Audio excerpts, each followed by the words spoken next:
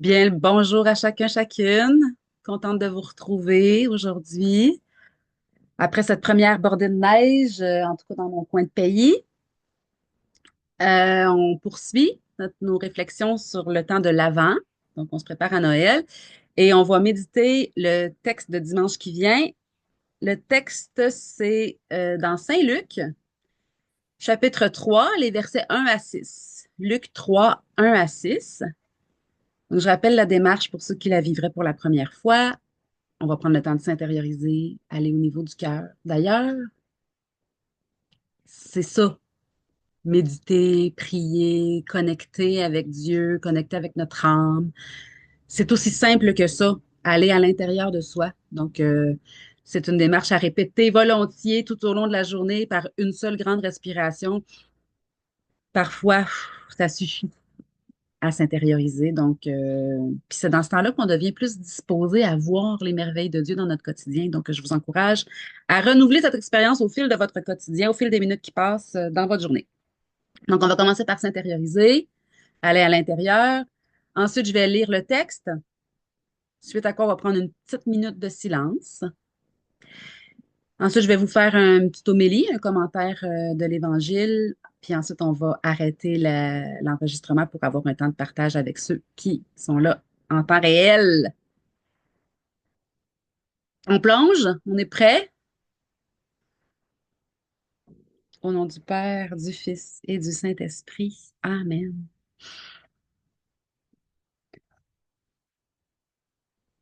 Oui, Seigneur, nous voulons inspirer ta présence et expirer tout ce que nous vivons pour tout déposer dans tes mains, notre corps, notre esprit, nos préoccupations, nos projets, tout ce que nous sommes en train de vivre, toutes les personnes que nous portons dans nos vies qui nous préoccupent. Nous déposons tout dans tes mains. Tu nous portes, tu veux le meilleur pour nous. Merci de nous donner ta grâce, ta lumière, ta patience dans l'épreuve, ton espérance. Viens nous aider, Seigneur, à croire que nous sommes aimés, que nous sommes importants, que les moindres détails de notre vie sont importants pour toi, que tu veilles sur nous.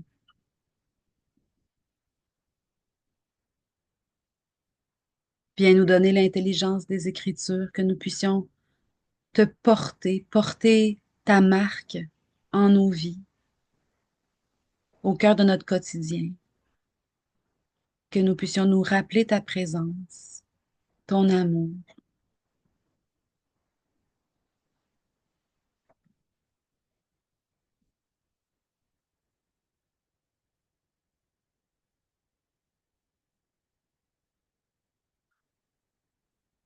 L'an 15 du règne de l'empereur Tibère, Ponce Pilate était gouverneur de la Judée.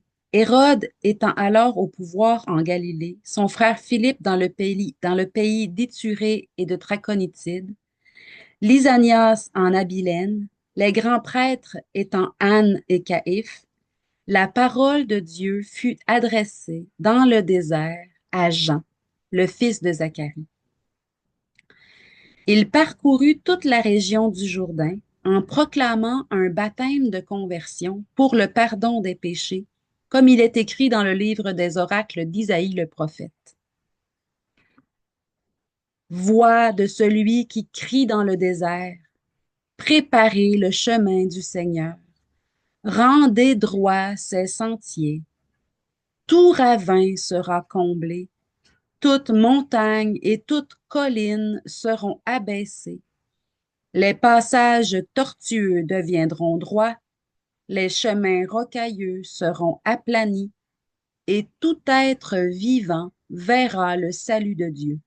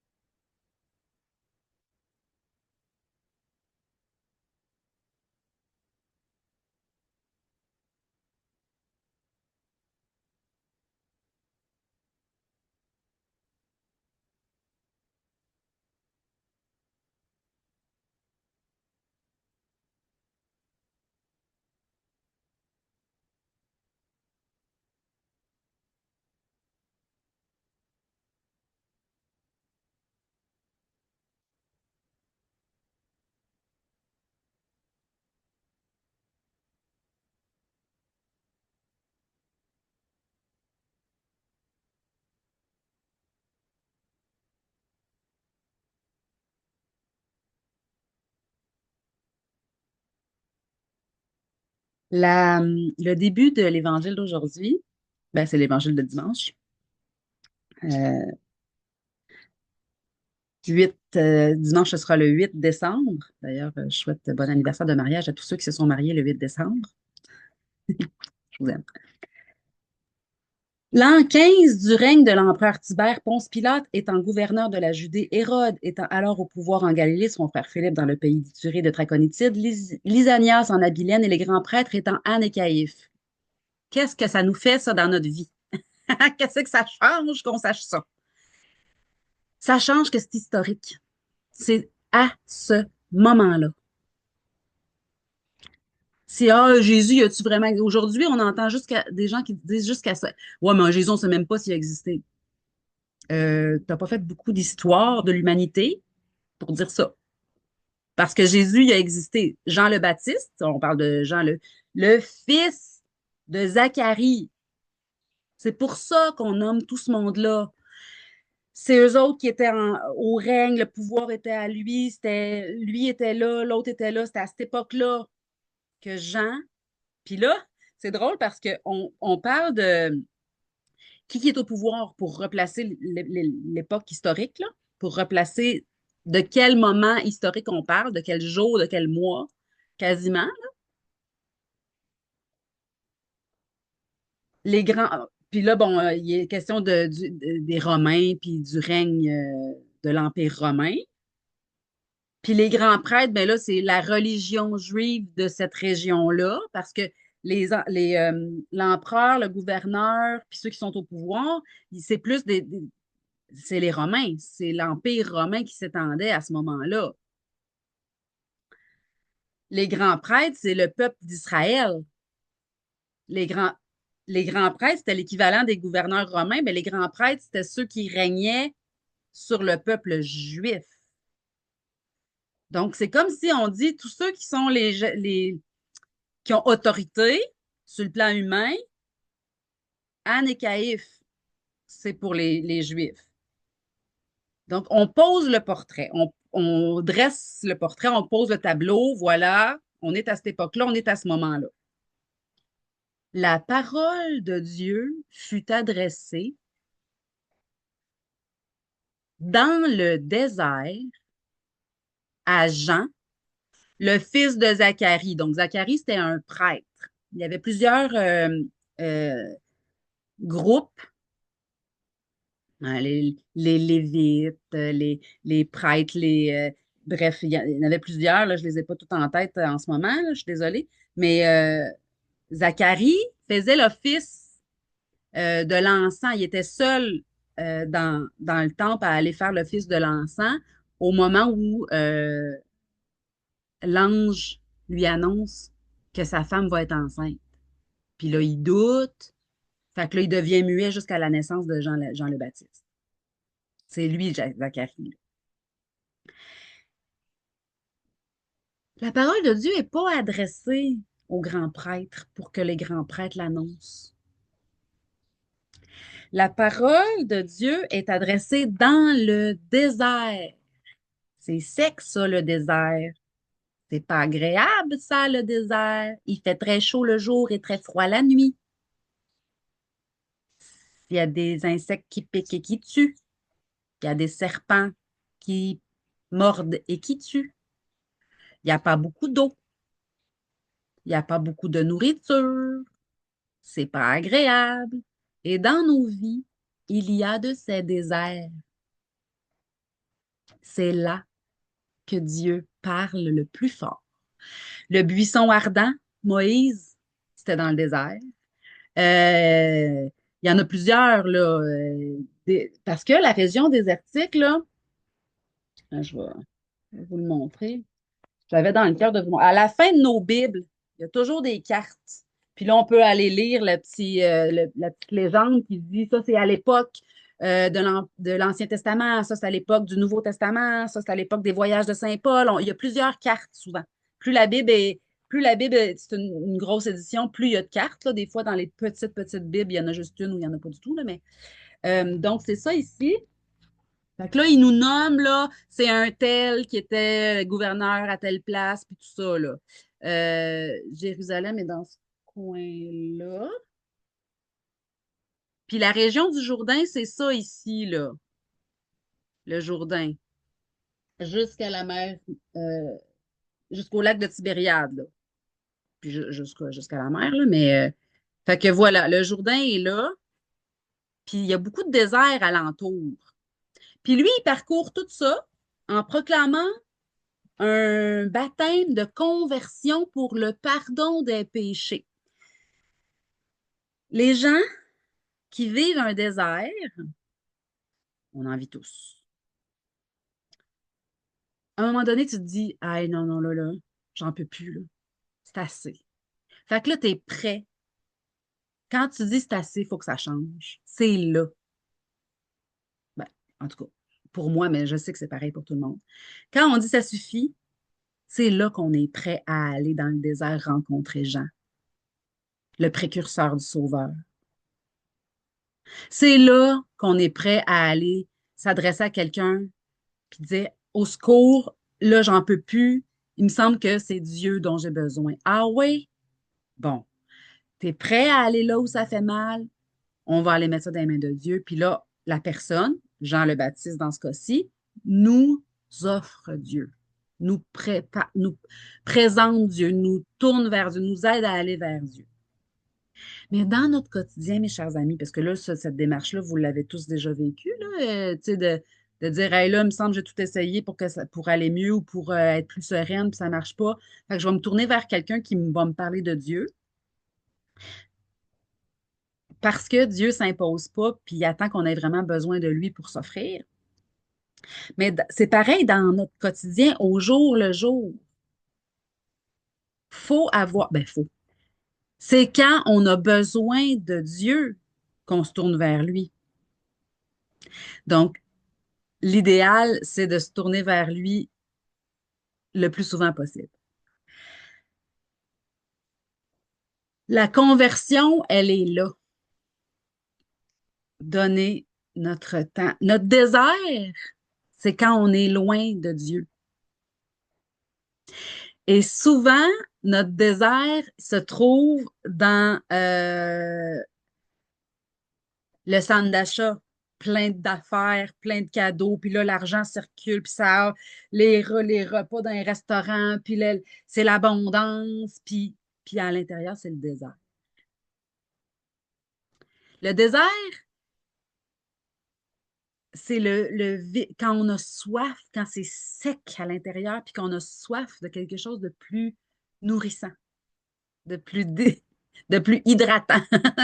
On a soif de l'eau qui nous fait vraiment du bien. C'est l'eau du baptême, c'est l'eau de la conversion, c'est l'eau de j'ai un sauveur, j'ai un Dieu qui, qui, une fois que j'ai touché le fond, me libère des grandes eaux. L'image de, justement, de Moïse qui libère le peuple, où Dieu ouvre la mer pour qu'il passe à pied sec, c'est le salut de Dieu,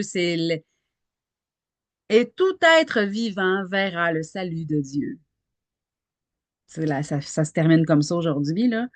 Mais les ravins seront comblés, les montagnes et les collines seront abaissées. L'équilibre va se faire. Quand on accepte d'avoir besoin de Dieu, l'équilibre se fait. Le bonheur est retrouvé. Vous le savez que j'aime Isaïe, ceux qui me connaissent. Puis là, on le précise, comme il est écrit dans le livre des oracles d'Isaïe, le prophète. Puis là, toute la fin de l'évangile de ce 8 décembre 2024 nous cite Isaïe. Voix de celui qui crie dans le désert, préparez les chemins du Seigneur. Ça, c'est plusieurs centaines d'années, plusieurs siècles avant l'arrivée de Jean-Baptiste puis l'arrivée de Jésus. Mais Jean le Baptiste avait été prophétisé par Isaïe. Il est la voix de celui qui crie dans le désert. Préparez les chemins du Seigneur. Et je vous ramène souvent à l'image du petit sentier qui devient une route parce qu'on tape. Quand c'est en friche puis qu'il n'y a rien, il n'y a pas de chemin, on ne sait pas trop où aller, mais quand on trouve ce petit sentier-là, ben là, l'idée, c'est de préparer le chemin en aplanissant ce chemin-là, puis en l'élargissant, puis en le fréquentant souvent, puis en fréquentant souvent ce chemin-là, d'aller à l'intérieur de nous.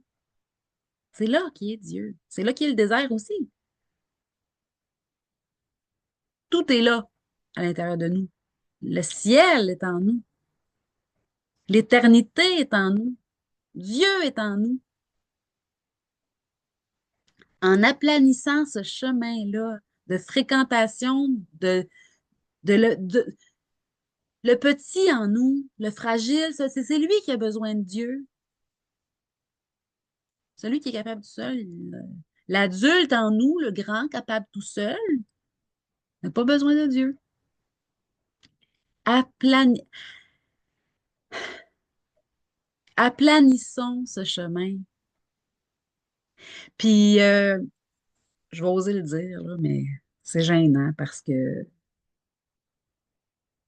quand on souffre, c'est une montagne. Il n'y a pas de montagne pour Dieu. Si vous aviez la foi gros comme un grain de moutarde, vous diriez à cette montagne, ôte-toi, puis elle s'en irait. Vous diriez à cet arbre, va te planter dans le fleuve, va te planter dans la mer, puis il irait. Bon, moi aussi, quand je souffre, j'ai besoin de m'adresser à quelqu'un qui a la foi pour me rappeler que j'ai la foi, puis que la montagne, c'est pas une montagne. C'est correct. J'ai de l'espérance, j'ai la foi, je peux faire confiance, ça va bien aller. Tout finit par passer. Moi aussi, j'ai besoin. Mais là, mon rôle, c'est de vous le dire, il n'y en a pas de montagne. Aplanissons les montagnes. Ayons la foi. Ayons la foi. Dernièrement, j'ai encouragé quelqu'un qui allait pas bien, puis ça, avec raison. C'était souffrant, c'était douloureux pour vrai, puis c'était un vrai problème, là, un vrai souci. Puis je dis, aie la foi. C'est venu plus fort que moi. Aie la foi. Aie où ton espérance? T'en as de l'espérance. Du... Puis en raccrochant, elle m'a dit, ça m'a vraiment fait du bien, merci, j'avais besoin que tu me le rappelles. On a tous besoin. Et ne restons pas seuls dans notre désert. Allons vers Jean-Baptiste. Allons vers les prophètes de notre temps qui vont nous dire Dieu, qui vont nous donner Dieu.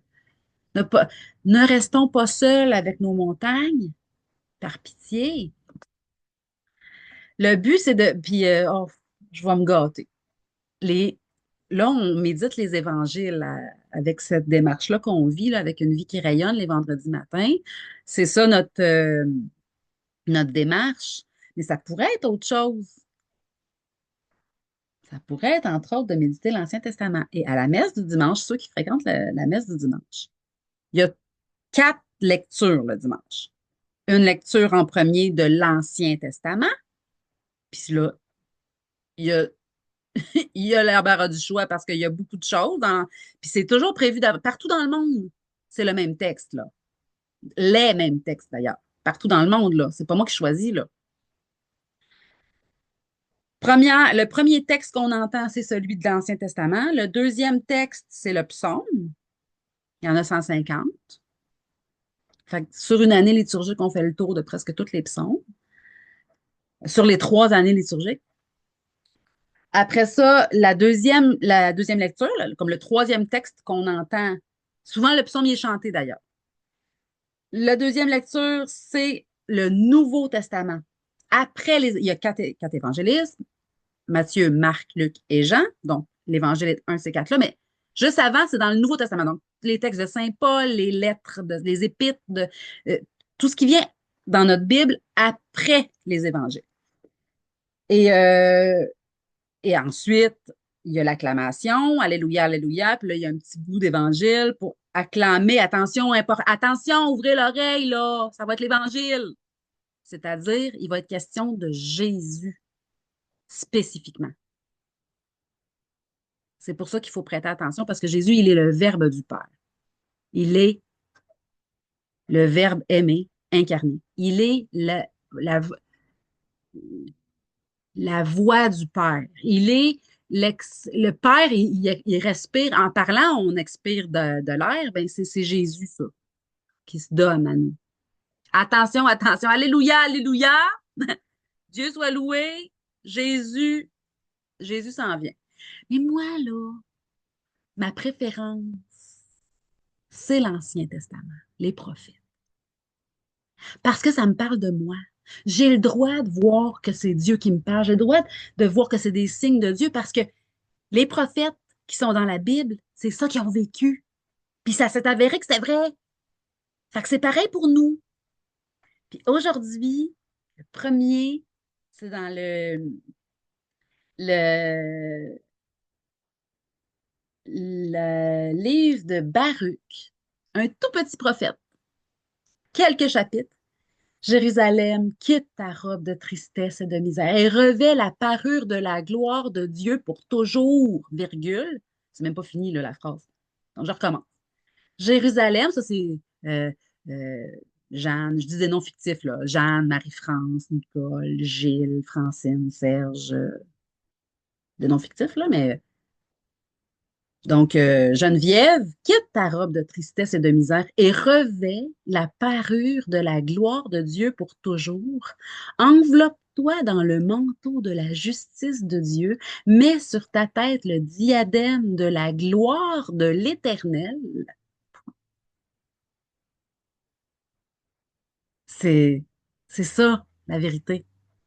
Revêtir par mon sourire, Dieu est vivant, la vie est belle.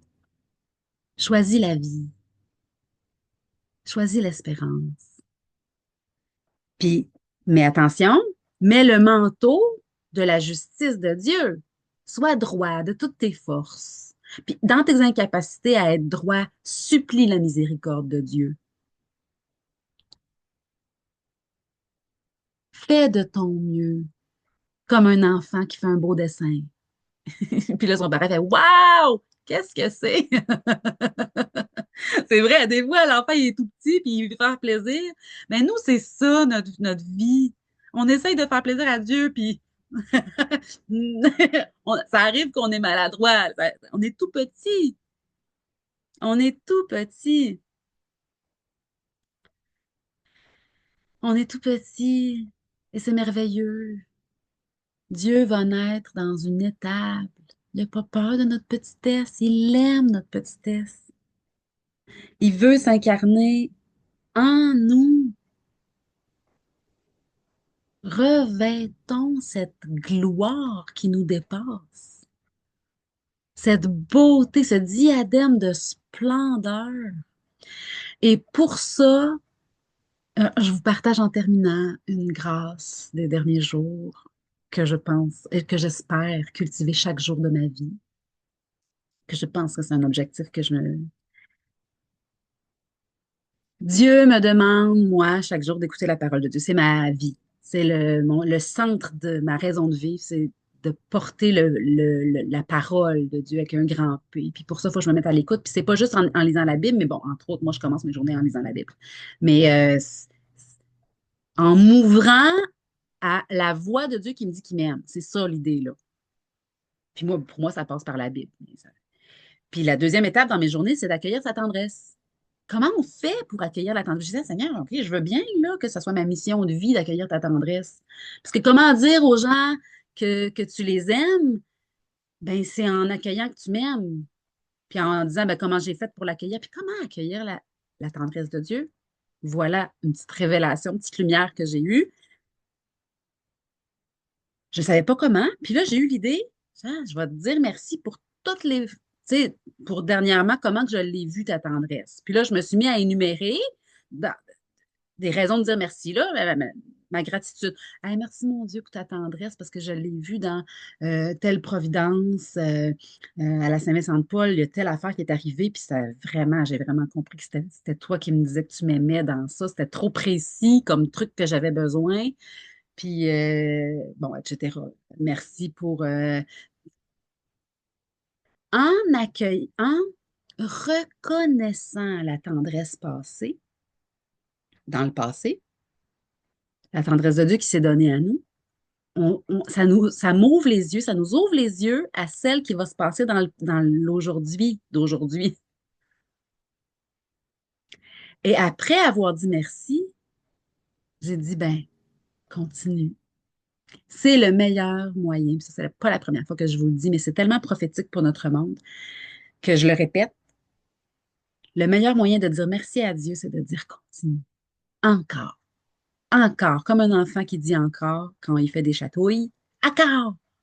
C'est pareil. C'est quoi les dernières fois qu'on a goûté que Dieu nous aimait? Un coucher de soleil, qu'on dit, hey, comment ça que je vois ça de mes yeux? C'est tellement beau. Puis on dirait que je suis toute seule à le voir. On dirait que. Puis là, on envoie des photos de coucher de soleil à ceux qu'on aime parce qu'on on veut le partager parce que, hein, je pense que vous comprenez ce que je veux dire. Un arc-en-ciel, tellement gratuit. Merci, mon Dieu, encore. Et Dieu vient encore aujourd'hui nous donner sa tendresse. Il vient s'incarner comme un petit bébé dans l'étable de nos cœurs, tel que nous sommes, tel que nous sommes. Pas malgré notre imperfection, pas malgré, non, avec. Puis limite, là, parce que notre imperfection. Heureuse faute qui nous a valu un tel sauveur. C'est plate à dire, mais c'est ça pareil, là. On va le chanter, ça, à Pâques. C'est, c'est, c'est dramatique à dire, mais dernièrement, j'ai vu un miracle au niveau de la santé de quelqu'un. Heureuse maladie qui nous a valu de contempler un tel miracle.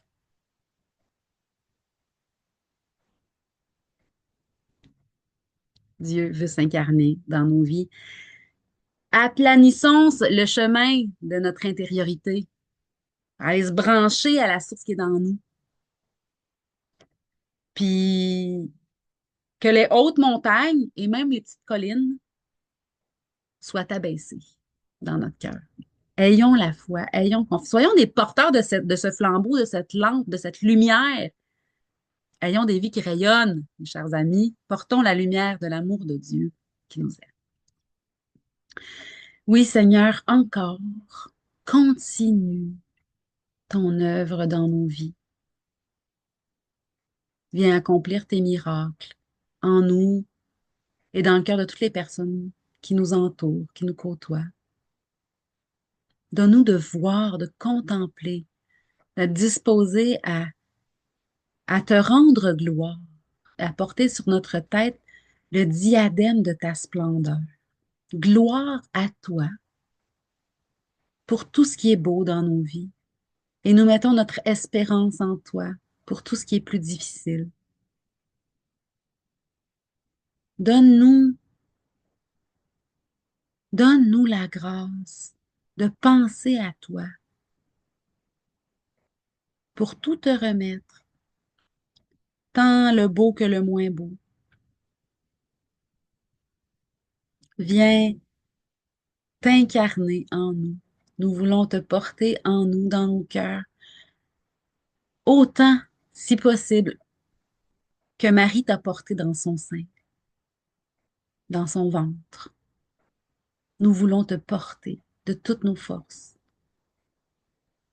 pour ta gloire, pour le salut du monde et pour notre plus grand bonheur. Fais-nous rayonner de ta lumière. Bénis notre monde, bénis tous ceux qui en ont le plus besoin. Bénis-nous au nom du Père, du Fils et du Saint-Esprit. Amen. À bientôt, à la semaine prochaine.